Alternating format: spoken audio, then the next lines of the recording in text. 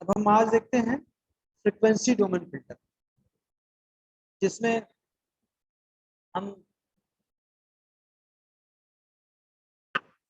Image smoothing in frequency domain and image sharpening in frequency domain दोनों देखेंगे। तो सबसे इसके पहले हम जो पढ़े थे वो स्पेशियल डोमेन में था, अब हमको फ्रीक्वेंसी डोमेन में देखना है। बेसिकली दोनों बातें बताई जा चुकी हैं कि क्या डिफरेंस होता है स्पेशियल डोमेन और फ्रीक्वेंसी डोमेन में। फिर भी एक थोड़ा सा मैं ओवरव्यू दे देता हूँ।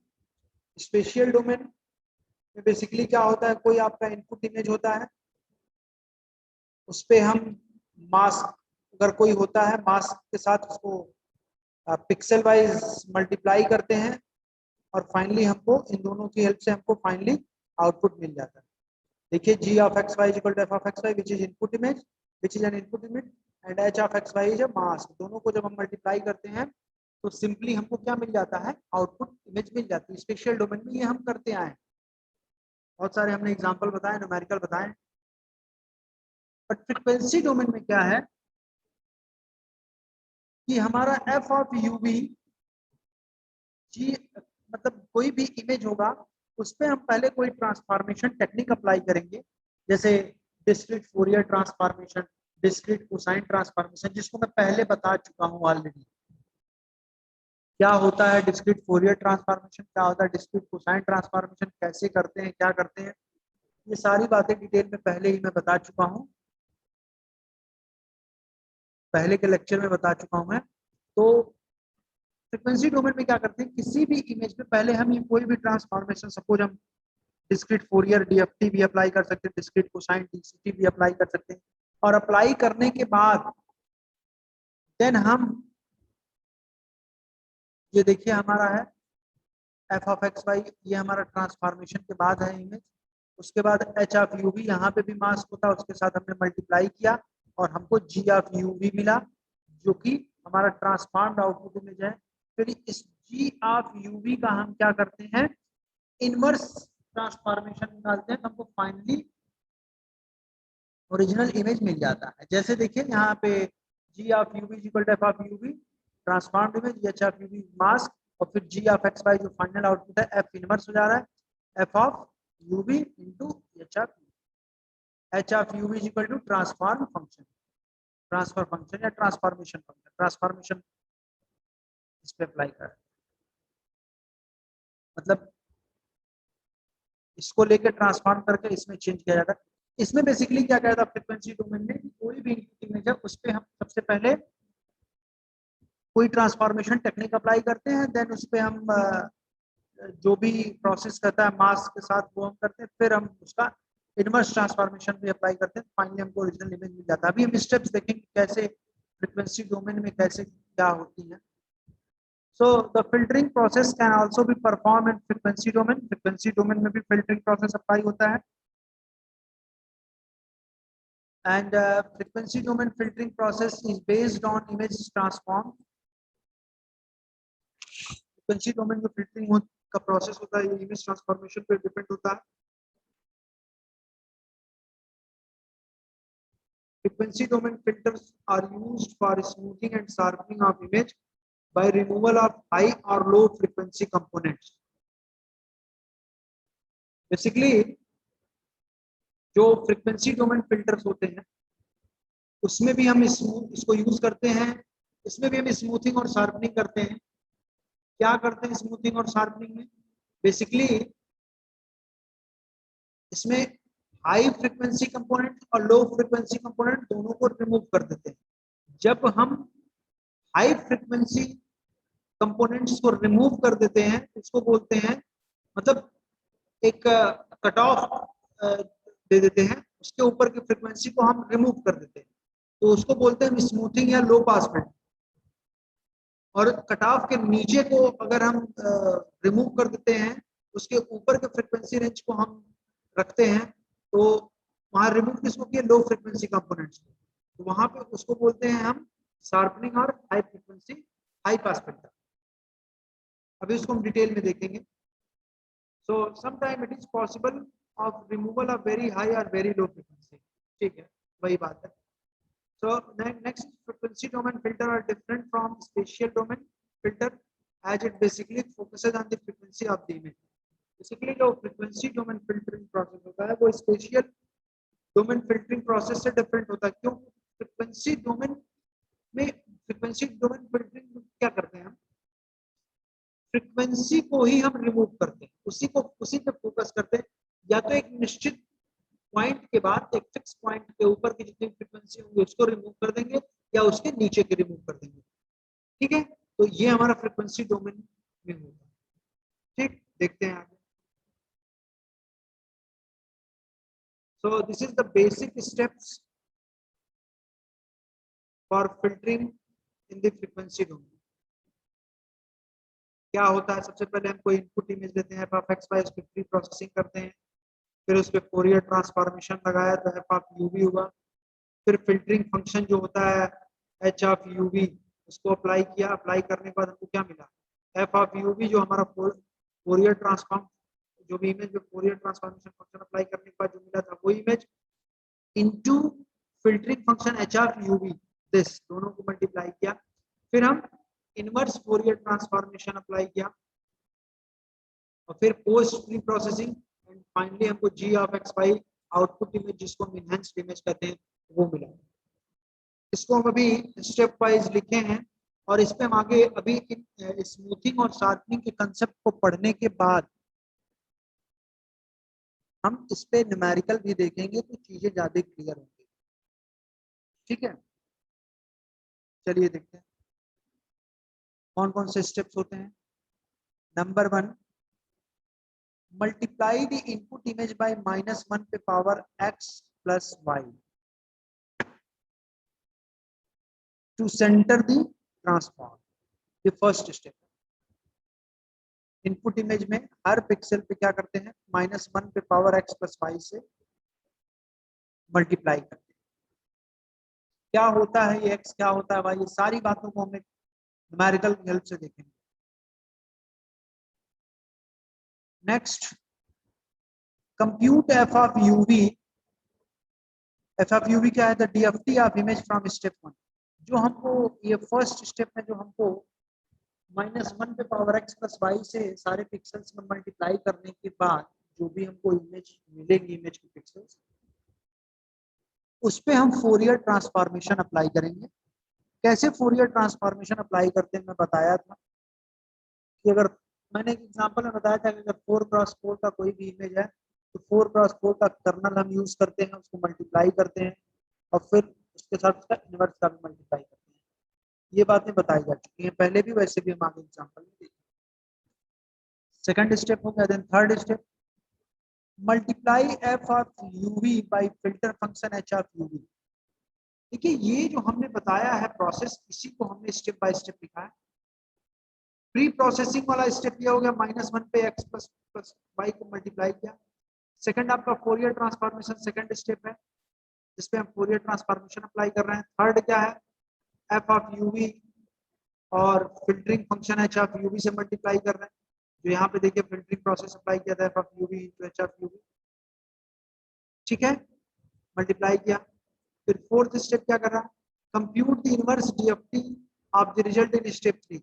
जो हमको यहाँ पे मल्टीप्लाई करने के बाद मिला f of uv into h of uv, दोनों को मल्टीप्लाई करने के बाद जो हमको मिला आउटपुट, उस पे हम इनवर्स DFT ट्रांसफॉर्मेशन अप्लाई करेंगे। जैसे देखिए यहाँ पे इनवर्स फोरियर ट्रांसफॉर्मेशन यहाँ पे लिखा हुआ, वही अप्लाई किया। ये हमारा स्टेप 4 हो गया। स्टेप 5 क्या है? Obtain the real part of the result in step 4। ठीक है, मेन ये है step 6। Multiply the result in step 5 जो हमको मिलेगा ये ऊपर वाले स्टेप से बाय -1 पे पावर x प्लस y। ये हमारा ये पोस्ट प्री प्रोसेसिंग प्रोसेस हो गया। फिर हम फाइनली जो हमको मिलता है उस पर हम -1 पे पावर x प्लस y से मल्टीप्लाई करने के बाद जो हमको फाइनली पिक्सल्स की वैल्यूज मिलती हैं वही हमारे फाइनल आउटपुट का आउटपुट इमेज के पिक्सल्स है। So these are the basic steps for filtering in frequency domain. ये हैं 6 स्टेप। इन 6 स्टेप को अभी हम image sharpening, image smoothing in frequency filtering and sharpening in frequency domain, दोनों को हम देखेंगे और उसके बाद फिर हम एक न्यूमेरिकल भी देखेंगे जो कि इस स्टेप को देखते हुए वन बाय वन। ठीक, ये बेसिक जो स्टेप है फ्रीक्वेंसी डोमेन में है।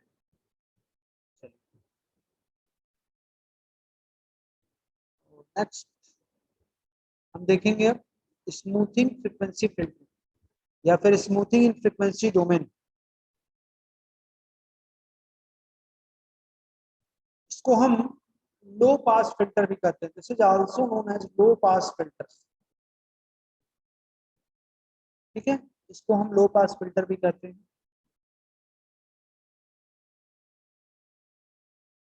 लो पास फिल्टर का मतलब कि एक जो कट ऑफ होता है उसके ऊपर की जितनी भी फ्रीक्वेंसी है उसको हम रिमूव कर दें। सिर्फ लो वाले को जो एक कट ऑफ पॉइंट दिया हुआ उसके नीचे की उससे लो जो फ्रीक्वेंसीज हैं उनको अगर हम सिर्फ कंसीडर करें तो उसको बोलते हैं लो पास फिल्टर, जिसको हम स्मूथिंग फ्रीक्वेंसी फिल्टर्स भी कहते हैं। तो these are used to smoothen the image and they allow the low frequency components to pass through। वही बात जो मैंने बोली वही, smoothing or blurring is achieved in the frequency domain by high frequency attenuation। attenuation का मतलब होता है रिमूव करने से लेना, ठीक है। That is by low pass filtering. Low pass filtering यही होता है, इसमें करते क्या है बेसिकली, इसमें जो हाई फ्रीक्वेंसी है उसको हम रिमूव कर देते हैं। कैसे करते हैं उसको हम देखेंगे। There are 3 categories cover the range from very sharp ideal to very smooth filter। very sharp to 3 category है, जो very sharp to smooth filtering को कवर करता है। वेरी शार्प को हम आइडियल बोलते हैं और वेरी स्मूथ को हम गसियन फिल्टर बोलते हैं। और बीच में जो आता है ये होता है Butterworth filter. The Butterworth filter approaches the ideal filter, sorry, ये for high order value the Butterworth filter approaches the ideal filter, and for lower order value the Butterworth filter is more like a Gaussian filter। क्या मतलब है, एक Butterworth filter भी होता है इन दोनों के अलावा। अगर कोई भी जब हाई ऑर्डर वैल्यू हो तो उसको बोलते हैं, वो आइडियल फिल्टर की तरह बिहेव करेगा, बटरवर्थ फिल्टर। और अगर कोई बटरवर्थ फिल्टर है जो लोअर ऑर्डर वैल्यूज के लिए, वही बटरवर्थ फिल्टर गसियन फिल्टर की तरह बिहेव करेगा। देखिए लिखा है ना, for lower order values the Butterworth filter is more like a Gaussian filter. इन दोनों के बीच का होता है बटरवर्थ, इसको हम देखेंगे। तो दे 3 टाइप के बेसिकली होते हैं आपके, 3 तरह से होते हैं स्मूथिंग फ्रीक्वेंसी फिल्टर या स्मूथिंग इन फ्रीक्वेंसी डोमेन। एक होता है आपका ideal low pass filter ILPF, Butterworth low pass filter BLPF, Gaussian low pass filter GLPF। ठीक है,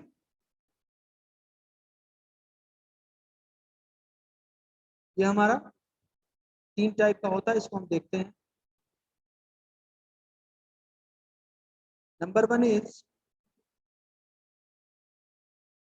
ideal low pass filter ILPF, a two-dimensional low pass filter that passes without attenuation all frequency within a circle of radius d0 from the origin and cut off all frequencies outside this circle is called an ideal low pass filter। वही बातें हैं, अगर कोई circle का radius d0 है तो उस d0 radius के अराउंड जो सर्कल बनेगा उसके अंदर के फ्रीक्वेंसी को छोड़ के जो उसके बाहर की फ्रीक्वेंसी होती है उसको हम ना कंसीडर करें, उसको रिमूव कर दें, तो वो होता है आइडियल लो पास फिल्टर।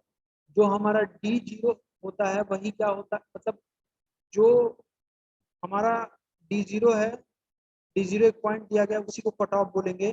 तो ओरिजिन से लेकर कट ऑफ के बीच में जो भी फ्रीक्वेंसीज रहेंगी उसको हम कंसीडर करें, और उसके बाहर का जो होगा उसको हम, सपोज आपका ये है कोई सर्कल है, ये हमारा D0 है। तो इसके अंदर का अगर हम कंसीडर करें, इसके बाहर की फ्रिक्वेंसी का अगर हम रिमूव कर दें तो हमारा आइडियल लो पास फिल्टर होता है। And it is specified by the function h of ub is equal to 1 if d of ub is less than or equal to d0 and 0 if d of ub is greater than d0। d of ub क्या होता है? इक्विलिडियन distance में starting में ही बताया था, वही है d of ub। Numerical फिर दिखेंगे तो थोड़ा सा एक बार और याद आ जाएगा। तो अगर d0 d ऑफ ub जो यूक्लिडियन डिस्टेंस है, d of ub is less than और इक्वल टू d0, तो h ऑफ ub जो आइडियल लो पास फिल्टर की वैल्यू होगी, लो फिल्टर फंक्शन की वैल्यू होगी, ये h ऑफ ub 1 होगी। और अगर d of ub is greater than d0 होगा तो ideal low pass filter function का वैल्यू 0 होगा। Here d0 is positive constant, इसकी वैल्यू हमेशा दी रहती है। And d of ub is the distance between point ub in the frequency domain and the center of the frequency rectangle. So d of ub is equal to u minus p by 2 plus v minus q by 2, u minus p by 2 का whole square plus v minus q by 2 का whole square पे whole power 1 by 2 मतलब under root है। And p and q are the padded size, that is number of rose and columns respectively. P आपका number of रोज है, Q आपका number of column है।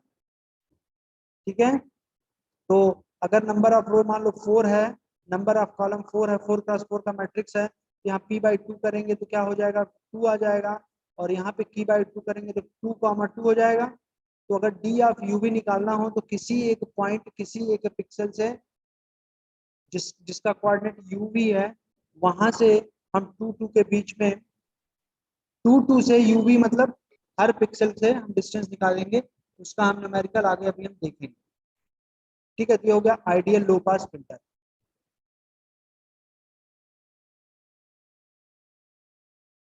Butterworth next है आपका, Butterworth low pass filter.